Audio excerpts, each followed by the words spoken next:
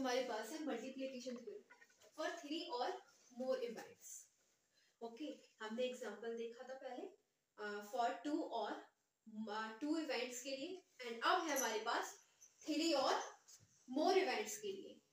तो इसमें भी वही केस है, डिपेंडेंट इंडिपेंडेंट। ठीक है, तो जब हमारे पास अब 3 इवेंट्स हैं, events A, event B, event C, तो probability of event A intersection B intersection C. देखो जब हमने दो का निकाला था तो क्या था हमारे पास, प्रोबेबिलिटी ऑफ ए मल्टीप्लाई में probability of v given event A has already occurred. बस ये था हमारे लिए इवेंट 2 का, जब 2 इवेंट साइमल्टेनियसली, सक्सेसिवली और कंटिन्यूअसली हो रही है। बट अब क्या है, अब ये जो इवेंट्स हैं ये हमारे पास 2 इवेंट्स नहीं है, अब 3 इवेंट्स हैं। तो क्या हो जाएगा, अब हम करेंगे प्रोबेबिलिटी ऑफ इवेंट सी। ये है हमारे पास 3 थर्ड इवेंट है which is C. So probability of C given A event A and event B both have already occurred. Okay, समझ गए? तो ये हमने देखा मल्टीप्लिकेशन थ्योरम फॉर 3 इवेंट्स। ठीक है, पहले हमने देखा था for 2 events and now we are having for 3 events. तो बस 3 इवेंट में क्या है, अब हमने प्रोबेबिलिटी पहले हमने यहाँ तक देखा था कि probability of second event when first event has already occurred. अब हमारे पास probability of event third which is C given both probability A and B have already occurred. बस इतना है। ठीक है, तो इसी प्रकार से हमारी हो जाएगी 3 और मोर इवेंट्स के लिए। तो हमने इसके बेस पे एग्जांपल लिया है, क्या है, imagine drawing 3 cards from standard deck without replacement. बोला था कि अगर डिपेंडेंट होगी तो इसके अंदर वर्ड यूज होगा विदाउट रिप्लेसमेंट। ठीक है, the probability of drawing 3 king can be calculated using this theorem. हमें ये क्वेश्चन सॉल्व करना है इस मल्टीप्लिकेशन थ्योरम का यूज करके। देखो क्या बोला है इस क्वेश्चन में, इमेजिन ड्राइंग 3 कार्ड्स। हम ना एक स्टैंडर्ड डेक है, ठीक है, उसमें से हम 3 कार्ड्स ले रहे हैं, 3 कार्ड्स निकाल रहे हैं, ड्रॉ कर रहे हैं। Okay, without replacement. अब हम उसमें से कोई भी कार्ड रिप्लेस नहीं कर रहे हैं। ठीक है, निकालने के बाद उसके अंदर दोबारा से नहीं रख रहे। ठीक है, दोबारा से पुट नहीं कर रहे, without replacement. The probability of drawing 3 king. और जो हमारे पास जो हम कार्ड निकाल रहे हैं ना, वो किसके कार्ड है, 3 kings, card of kings are there. Okay, drawing cards from a deck of cards which are of king. ठीक है, वो किसके हैं, किंग के हैं। कैन बी कैलकुलेट है, बस हमें ये यूज करना है इस थ्योरम की हेल्प से, इस मल्टीप्लिकेशन थ्योरम की multiplication rule of probability by using this formula. तो क्या करेंगे, देखो हमें इस फॉर्मूले में 3 इवेंट्स हैं, कौन कौन सी 3 कार्ड्स से तो निकालना है, 3 कार्ड्स को हमें ड्रॉ करना है। ठीक है, पहले एक इवेंट होगी, पहले हम एक कार्ड को निकालेंगे, फिर हम सेकंड दोबारा से निकालेंगे दूसरे कार्ड को, फिर हम थर्ड टाइम निकालेंगे तीसरे कार्ड को। तो ये जो प्रोसेस है निकालने का ड्राइंग कार्ड्स, ये कंटिन्यूअसली चल रहा है। ठीक है, सक्सेसिवली। तो बस हमें यहाँ पे मल्टीप्लिकेशन थ्योरम का यूज करना है। ठीक है,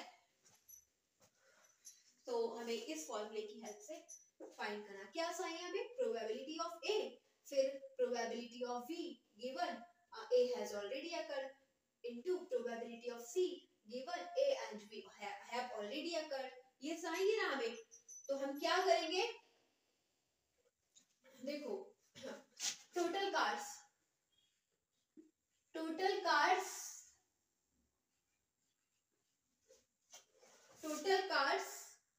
इन अ स्टैंडर्ड डेक कितने हो जाएंगे, 52। देखो टोटल कार्ड्स कितने होते हैं, 52 कार्ड्स हो जाएंगे इन अ डेक। ठीक है, 52 कार्ड्स होते हैं हमारे पास टोटल। अब कार्ड्स ऑफ किंग, अब किंग कितने होते हैं, 4, टोटल 4 किंग्स होते हैं। ठीक है, हमें क्या बोला है, हमारे पास इवेंट फर्स्ट है, इवेंट फर्स्ट, इसको हम बोलेंगे इवेंट ए। क्या है, ड्राइंग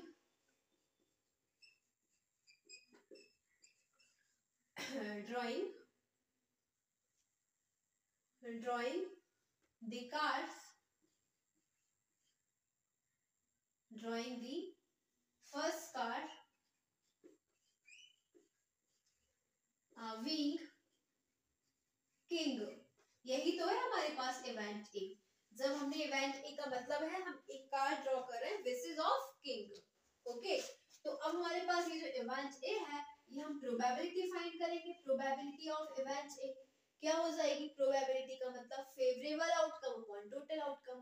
तो फेवरेबल आउटकम क्या है? हमें किंग का कार्ड निकालना है ना, तो किंग कितने हैं? 4 आउट ऑफ 52 कार्ड्स। ठीक है, तो ये हो जाएगा 1 अपॉन 30। ठीक है, ये हमारे पास इवेंट ये आ गया प्रोबेबिलिटी ऑफ ए। अब हमें किसकी नीड है? Probability of B given A has already occurred. देखो इवेंट ए तो हो चुकी ना, हमने इसमें से एक कार्ड फाइंड कर लिया। ठीक है, हमने ड्रॉ कर लिया। अब हमें क्या चाहिए? इवेंट वी अपॉन ए। अब इवेंट वी अपॉन ए क्या कहती है? Drawing the second card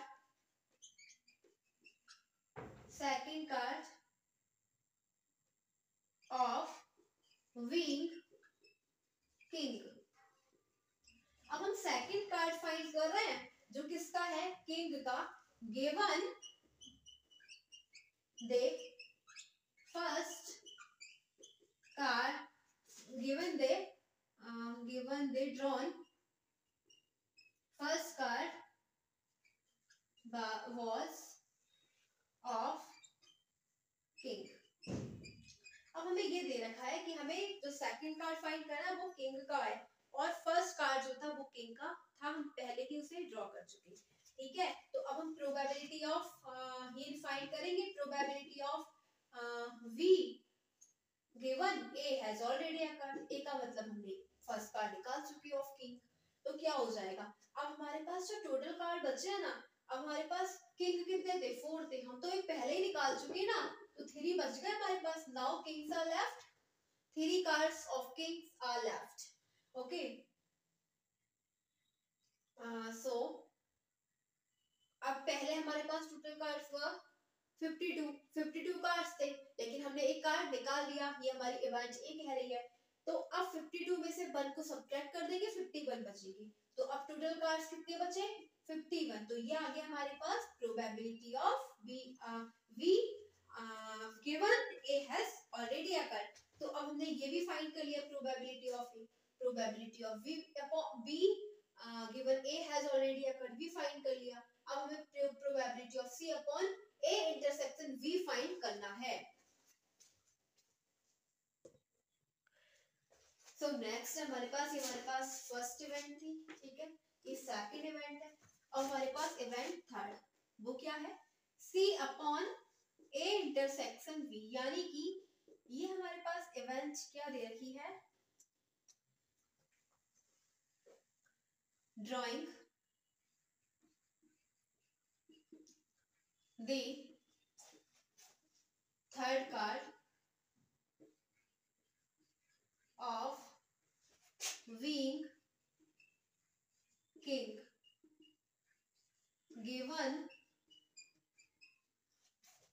given the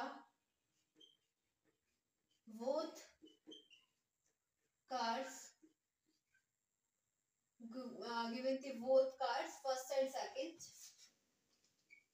first and second were of wing king। ठीक है, अब हम ये जो थर्ड जो हमारे पास इवेंट है जिसमें से हम किंग का कार्ड फाइंड ड्रॉ कर रहे हैं और हम पहले ही फर्स्ट एंड सेकंड कार्ड जो इवेंट थी हमारे पास उसमें से हमने किंग का कार्ड ड्रॉ कर लिया। ठीक है, तो ये जो दोनों इवेंट है ना ये पहले ही हो चुकी है। ठीक है, अब हमारे पास जो कार्ड्स लेफ्ट है वो कितने हैं? टोटल कार्ड्स हमने 2 कार्ड्स तो निकाल लिए ना, और एक हमारे पास इवेंट फर्स्ट में निकाला हमने, दूसरा इवेंट सेकंड में निकाल लिया। अब तो कितने बच गए? 52 में से जब 2 चले माइनस करेंगे 50 बच गए ना। ठीक है, और अब हमारे पास किंग कितने बचे? किंग के कार्ड्स कितने होते हैं? 4 होते हैं। इसमें से हमने 2 किंग के कार्ड पहले ही ड्रॉ कर लिए, तो 2 किंग हमारे पास लेफ्ट है। तो हम क्या फाइंड करेंगे? Probability of C given events A and V have already occurred. क्या हो जाएगा? Left king, 2 cards of king are left upon 50 total cards are left.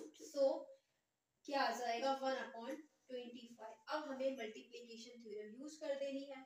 Using multiplication theorem, बस ये है हमारे पास multiplication theorem for 3 events which are dependent. So using this formula, यही तो फॉर्मूला हम यूज करेंगे। ठीक है, क्या हो जाएगा? Probability of A intersection V intersection C। क्या हो जाएगा? Probability of A we found 1/30 into probability of V given A event A has already occurred, which is 3/51 into probability of C where event A given event A and event V have already occurred, which is 1/25. बस यही हमारा answer है। Product multiply हो जाएगी और answer हमारा यही आ जाएगा। ओके, तो ये देखा हमने multiplication theorem for 3 events which are dependent। Next है हमारे पास for independent events, multiplication theorem for independent events. Okay, now 3 events A and B। देखो हमारे पास इवेंट्स कैसी हैं? इंडिपेंडेंट। इंडिपेंडेंट इवेंट्स के लिए फॉर्मूला होता है probability of A intersection V intersection C equals to में जो भी हमारे पास इवेंट्स है उनका प्रोडक्ट हो जाएगा प्रोबेबिलिटी का। ठीक है, probability of A into probability of V into probability of event C। ठीक है, ये तीनों इवेंट है A V C। What is it? अब हमने इसी के बेस पे एग्जांपल लिया। What is the probability of rolling a 6 on fair 6 sided die 3 times in a row. देखो हम क्या कर रहे हैं, अब हमारे पास 3 इवेंट्स हैं A V एंड C। यहाँ पे हम 3 टाइम्स डाई को थ्रो कर रहे हैं। ठीक है, और हमें प्रोबेबिलिटी फाइंड करनी है कि डाई पर हमें क्या शो होना चाहिए, क्या आना चाहिए? 6 आना चाहिए। यानी हमने जब पहले डाई को रोल किया तो हमें क्या मिला? 6। फिर देन सेकंड हमने डाई को रोल किया, फिर हमें क्या मिला? 6 मिला। फिर देन थर्ड टाइम हमने जब डाई को रोल किया तो हमें क्या मिला? 6 मिला। तो अब हमें इन तीनों की ये जो तीनों इवेंट की है उसकी हमें प्रोबेबिलिटी फाइंड करनी है by using multiplication theorem. 3 of events are independent. Okay, तो क्या करेंगे? यही फॉर्मूला यूज करेंगे मल्टीप्लिकेशन थ्योरम, क्योंकि जो तीनों जो इवेंट्स हैं वो क्या है? कंटिन्यूअसली हो रही है, पहले first then second then third. देखो क्या है हमारे पास, कैसे सॉल्व करेंगे इसको? इवेंट फर्स्ट क्या है हमारे पास? Event first A which says having 6 on the die in a first roll। जब हमने फर्स्ट टाइम रोल किया डाई को तो हमें क्या मिला? 6। अब इसकी प्रोबेबिलिटी क्या हो जाएगी? Probability of event this is 1/6। 1 time मिला अपॉन टोटल कितने आउटकम होंगे जब हम डाई को रोल करेंगे? 6 outcomes will be there. 1 2 3 4 5 6। Okay, अब हमारे पास है इवेंट V। इवेंट V क्या है? इवेंट V है having 6 on the die in second roll। तो इसकी प्रोबेबिलिटी क्या हो जाएगी? प्रोबेबिलिटी ऑफ इवेंट भी 1/6। ओके, फिर नेक्स्ट है हमारे पास इवेंट C। इवेंट C क्या है? having 6 on the die in third roll। अब हम थर्ड टाइम उसको रोल कर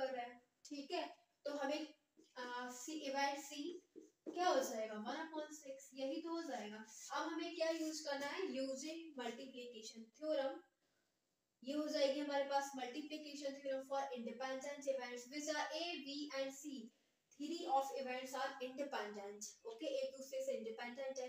तो क्या हो जाएगा, probability of A intersection V intersection event C versus P, probability of event A multiply probability of event B multiply probability of event C. Probability of A which we found 1/6 and probability of V equals to 1/6. Probability of C which is 1/6, तो आ जाएगा 1/260। तो सभी का multiply कर देंगे and answer आ जाएगा 1/260। Okay, तो हमने देखा आज multiplication rule for two events and now we saw the multiplication rule for three events which were dependent and independent, but at this time the events were independent. Okay, so this formula will be used for independent events in multiplication theorem, which is probability of A intersection V intersection C equals to probability of event A into probability of event V into probability of event C. By using this formula, we solve this question.